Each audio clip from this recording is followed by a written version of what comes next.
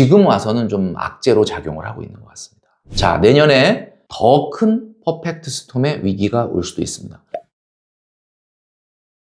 네, 여러분 안녕하십니까? 머니 트레이너 김경필입니다. 오늘은 우리 PD님 궁금한 점이 여러 가지가 있다고 해서 한번 질문으로 받아보고 대답하는 시간을 갖도록 하겠습니다. 최근에 원달러 환율이 정말 심상치가 않죠. 1,450원 이야기가 엊그제 같은데 60원 하더니 이제 1,470원을 넘었고요. 자, 최근에 이렇게 원달러 환율이 올라가게 된 이유가 뭐냐? 사실 원화 가치와 달러 가치의 어떻게 보면은 거울이 이제 원달러 환율이죠. 그런데 많은 분들이 그렇게 얘기합니다. 뭐 원달러 환율 올라가는 거는 최근에 뭐 세계 정세가 좀 어수선하기도 하고 불확실성이 증대가 되니까 달러가 강해지는 거 아니야? 라고 이야기하시는 분들이 많지만 사실 3년간의 달러 인덱스를 보게 되면 여기서 말하는 달러 인덱스는 세계 6개국 통화 대비해서 달러가 어떠냐를 보여주는 거거든요. 달러 인덱스는 한 10% 정도가 3년 전에 비해서 떨어졌습니다. 그러니까 3년 전에 비하면 지금 달러는 약간 약세라는 거죠. 그러니까 달러가 비싸지고 강해져서 원달러 환율이 올라간다고 보기는 조금 어렵습니다. 그러니까 이렇게 약해져 있는 달러 대비해서도 지금 3년 동안 한 25% 정도가 평가가 낮아진 게 바로 원화다라는 거예요. 첫 번째 이유를 한번 생각해 보니까 우리가 까먹고 있었는데 지금 미국의 기준금리와 우리나라의 기준금리가 역전돼 있습니다. 이게 2023년 7월, 2022년도에도 한 번 있었고 그 이후에 지금 너무 오랫동안 역전돼 있다 보니까 사람들이 까먹고 있었던 거예요. 미국은 지금 기준금리가 4%입니다. 우리나라는 2.5%죠. 그러니까 오히려 거꾸로 미국이 1.5%가 높아요. 이게 또 오래되다 보니까 이 원달러 환율이 계속 올라가는 것 같아요. 그다음에 두 번째는 자, 기본적으로 우리나라가 금리 수준 자체가 낮다 보니까 통화량 자체가 우리나라가 더 빨리 늘어납니다. 2001년 7월 기준으로 했을 때 100으로 놓고 미국의 통화량, 우리나라 통화량 몇 퍼센트 올라갔나 봤더니 우리나라는 한 661 정도 됩니다. 그리고 미국 같은 경우는 450. 그래서 지난 24년 동안의 통화량 증가 폭을 보면 우리나라가 미국보다 오히려 38% 원화가 더 많이 풀렸다. 이런 것들이 이제 어떻게 보면 원화 가치를 좀 낮추게 되는 요인이 아닌가라는 생각이 들고요. 거기다가 지금 서학개미들이 올해만 하더라도 거의 140조 원이 넘는 금액, 그러니까 원화로 얘기해서 그 돈을 달러로 바꿔서 미국에 투자를 했다는 거. 그만큼 달러가 유출된 거죠. 그러니까 이런 현상들이 지금 발생을 하다 보니까 어떻게 보면 굉장히 원달러 환율이 고공행진을 하고 있다. 이렇게 볼 수가 있고요. 원달러 환율이 이렇게 고공행진을 하다 보니까 어떻게 보면 여러 가지의 문제점이 생길 수가 있는데 가장 큰 문제점은 뭐니 해도 역시 물가가 올라갈 수밖에 없다. 그 주유하시다 보면 느끼시겠지만은 1,600원, 1,500원 이런 주유소 중에서도 뭐 몇십 원이라도 싸면 막 찾아다니고 그랬는데 최근에는 그냥 다 1,700원이고 좀 있으면 이제 막 1,800원이고 내가 지금 고급류를 넣고 있나? 약간 이런 생각이 들어요. 고급류가 아니에요. 그냥 일반 휘발유나 경유를 넣고 있는데도 1,700원, 1,800원이에요. 일단 에너지 가격에 에너지 수입 가격이 올라가게 되면 어떻게 되죠? 당연히 일단 비싸지게 되고 물가를 자극하게 되다 보면 모든 수입 물가가 올라가다 보면 아무래도 물가 상승률이 높아질 수밖에 없다. 물가 상승이 높아지면 지갑을 닫게 되고 가뜩이나 경기가 어려운데 더 경기가 어려워질 수도 있는 상황이다라는 이야기죠. 자, 그럼 앞으로 이게 좀 나아질까 생각을 해봤는데 우리나라가 3,500억 달러, 물론 한꺼번에 일시금은 아니지만은 미국에 투자되어 있기도 하고요. 지금 우리나라의 외환보유고는 4,228억 달러 정도 되는데 이게 빠져나가야 됩니다. 이거 말고도 제가 한번 찾아보니까 SK하이닉스, 그 다음에 제일제당, LG에너지솔루션, 한화오션, LG전선, 현대차그룹, SK온, 삼성전자, 삼성 SDI 이런 기업들이 미국에 투자하기로 약속한 금액들이 또 있어요. 이게 한번 따져보니까 한 830억 달러 정도 되더라고요. 이런 것들이 뭐 순차적으로 또 나가야 됩니다. 또 이런 요소들이 불안 요소로 외환시장에 등장하면서 원달러 환율이 더 불안해진 게 아닌가라는 생각을 하게 되는 거죠.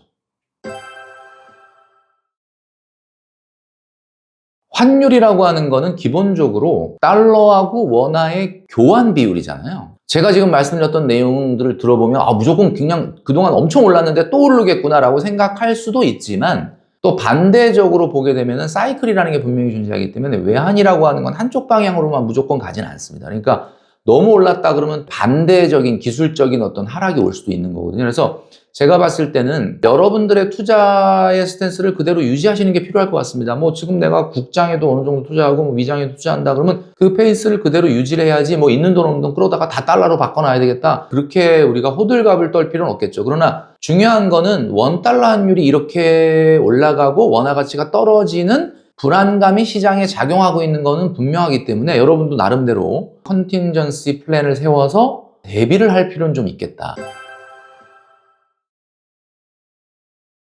지금 외환보유고가 4,228억 달러 정도로 뭐 크게 줄어들고 있지는 않습니다. 근데 이제 문제는 우리나라 기업들이 지금 수출이 3분기 같은 경우에 나쁘지 않고 굉장히 잘 되고 있는데 이렇게 해서 벌어들이고 있는 달러를 국내로 가져와서 이거 직원들 월급 주기 위해서 외환시장에서 달러를 팔아주고 원화로 바꾸고 해야 이제 원화 가치가 좀 안정되지 않겠습니까? 근데 지금 사실 외국에 투자하기로 한 금액이 있다 보니까 벌어들여서 결제받은 달러를 국내로 들고 들어오지 않는 경우가 좀 있다라고 합니다. 그러다 보니까 환율 방어가 좀 어려운 상황인데 사실 솔직히 말씀드리면 지금 한국은행 같은 경우는 환율 방어 능력은 좋지 않다 이렇게 봐야 됩니다. 왜냐하면은 지금 일단 통화 정책도 마찬가지겠지만 좀 전에 말씀드렸던 것처럼 우리나라는 이제 기준금리가 2.5%로 이미 너무 낮아요. 그러다 보니까 사실은 더 이상 통화정책의 카드가 없습니다. 그러니까 통화정책 카드를 잃어버렸다는 거는 환율 방어 능력이 없다는 거죠. 금리를 충분히 높여서 우리 원화 가치를 높게 유지를 해줬어야 되는데 일단은 경기 살리자고 물가고 환율이고 포기하고 일단은 너무 빨리 낮췄다라는 것이 지금 와서는 좀 악재로 작용을 하고 있는 것 같습니다. 사실 경기 침체는 이미 겪은 지가 오래됐다라는 거죠. 우리가 직장 생활을 하다 보면은 잘 몰라요. 경기가 어렵다 그러는데 나는 월급은 나오잖아. 그러니까 과거에 우리가 겪었던 경기 침체라고 하는 것은 어떤 한 번에 오는 외부적 충격, 뭐 IMF라든지 금융위기라든지 막 실직자가 생기고 폐업이 늘고 이런 것들을 봤지만 지금은 살아가긴 하는데 너무 힘든 이런 어떻게 보면은 만성질환 같은 그런 위기거든요. 이미 경기 침체는 왔다라고 봅니다. 그래서 이제 기업들도 구조조정을 하는 기업들이 생각보다 굉장히 많습니다. 그래서 이미 경기 침체를 겪고 있는 거고 이런 경기 침체에 당장은 나한테 문제가 안 생기니까 난 문제 없어가 아니라 주변에 내가 뭔가 잘못하고 있는 것들을 구조조정해야 될 필요가 있다. 저는 이렇게 생각을 합니다. 좀 쉬워질 것 같지 않다는 생각을 합니다. 최근에 KDI가 전망치로 발표했던 3분기 성장이 1.2로 깜짝 성장을 했습니다. 이게 뭐 확정치는 아닌데 분기 성장이 1%가 넘었다. 굉장히 좀 반가운 소식이죠. 그런데 주변을 보면 굉장히 어렵거든요. 이게 아마 몇몇 기업들의 수출이 굉장히 좀 3분기에 잘 되고 이런 것들이 영향을 받은 것 같은데 아마 내년도에는 2.3에서 2.5 정도의 경제 전망이다 라고 하는 발표들이 나오고 있는데 그런 수치적으로 보면은 한국 경제가 조금 올해보단 나을 수는 있겠죠. 그렇지만 이건 대부분의 수출 기업들이나 몇몇 기업들이 이끄는 성장에 의한 것이지 우리 일반적인 국민들의 삶이 좋아진다라고 보긴 어렵습니다. 특히 내년엔 어쩌면 이 환율 방어를 위해서 금리를 인상해야 될 수도 있습니다. 지금 가계부채가 2분기 말 기준으로 올해 2분기 말 기준으로 1965조 원 정도 되니까 이제 곧 2000조를 돌파하게 생겼는데 이 2000조의 가계부채에 발목이 잡혀서 지금 소비를 못하고 있는 거예요. 그런데 이런 부채들이 뭐 주담대처럼 그래도 뭐 집이 있는 담보로 대출을 받은 것도 힘든데 내가 신용대출이나 마통이나 뭐 이런 거다라고 하면 이거 더 힘들잖아요. 그러면 이제 내년도에 금리 인상, 뭐 제발 좀 이런 일이 안 생겼으면 좋겠는데 환율 방어를 위해서 어쩔 수 없이 금리를 인상하게 된다면 가계부채 부실화 문제가 더 커질 수도 있고 어떻게 보면 폭발할 수도 있죠. 이런 위험에 직면하게 된다면 소비는 더 위축되고 경기는 더 악화될 가능성이 있습니다. 그래서 이게 표면적으로 보여지는 뭐 수출 잘 됩니다, 무역 수지가 좋습니다, 성장률이 작년보단 좋습니다 이런 뉴스를 우리가 귀로 들을 수는 있는데 체감하는 경기는 진짜 어려울 수도 있다.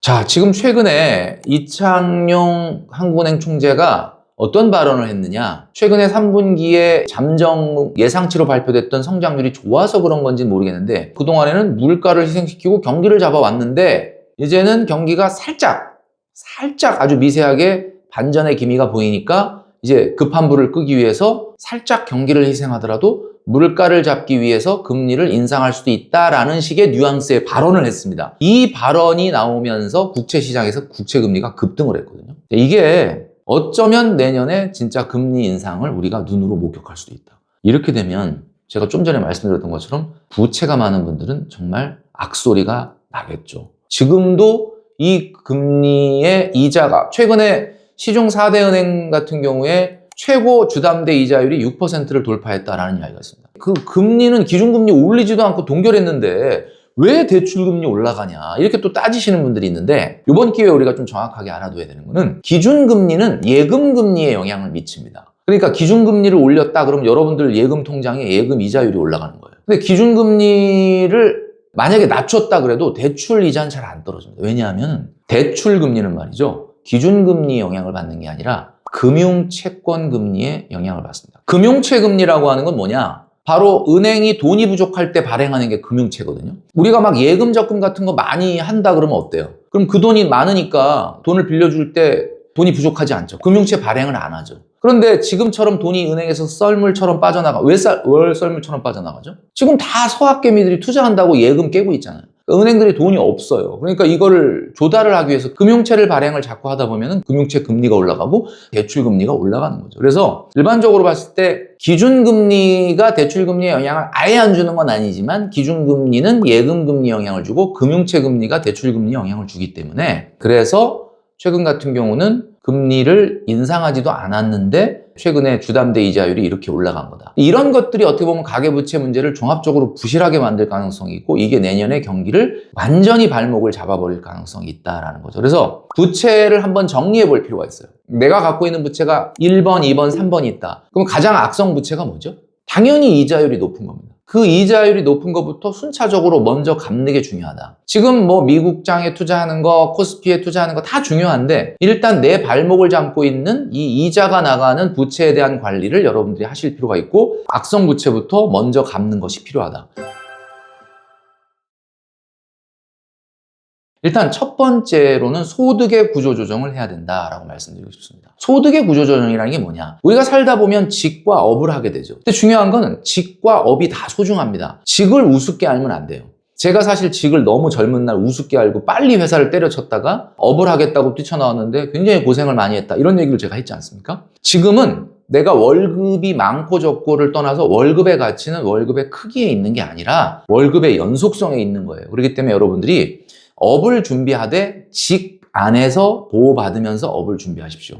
소득의 구조조정이다라고 한다면 저는 이렇게 말씀드리고 싶어요. N잡을 한번 해볼 필요가 있어요. 이거는 돈을 벌려고 하라는 게 아니에요. 내가 하고 있는 원래 직 말고 내가 다른 일을 할 수 있을까? 뭐 예를 들면 카페에서 알바를 한번 해본다든지 대리기사를 한번 해본다든지 택배를 해본다든지 세상에 참 돈 버는 거는 여러 가지 방법이 있는데 쉽진 않구나. 이런 것들이 생존력이거든요. 그래서 소득의 구조조정이라는 건 뭐예요? 월급이 작다고 너무 투덜댈 게 아니라 그 월급의 소중한 가치를 깨닫자. 그래서 직을 잘 보호하면서 그 안에서 업을 찾는 노력이 필요하다. 자, 두 번째는 자산의 구조조정입니다. 자, 주식이 엄청나게 오르고 부동산이 엄청나게 오르지만 사실은 계속 오르지만 않거든요. 나의 자산은 과연 예금으로 돼 있는지 주식으로 돼 있는지 또 부동산으로 돼 있는지 한마디로 말을 해서 내가 주식을 하고 있다. 100% 주식만 해도 안 되죠. 내가 예금을 하고 있다. 100% 예금만 해도 안 돼. 내 자산이 100% 부동산이다. 그것도 안 되는 겁니다. 그래서 전략적으로 자산을 좀 배분할 필요가 있다. 자, 세 번째는 저는 이렇게 소비의 구조조정을 하자. 머니 트레이너 김경필이 늘 얘기하는 우리 슬기로운 소비생활 10가지 일부러 필요한 걸 쓰지 말라는 게 아니라 좀 안 써도 되는 거 혹시 없나라는 것을 한번 들여다보면서 아주 사소한 거지만 소비의 구조조정을 연말에 한번 해볼 필요가 있지 않을까라는 생각을 합니다. 자, 내년에 더 큰 퍼펙트 스톰의 위기가 올 수도 있습니다. 소득의 구조조정, 자산의 구조조정, 소비의 구조조정을 우리가 이 시기에 한번 해보는 여러분 되시면 좋겠다라는 말씀을 드립니다.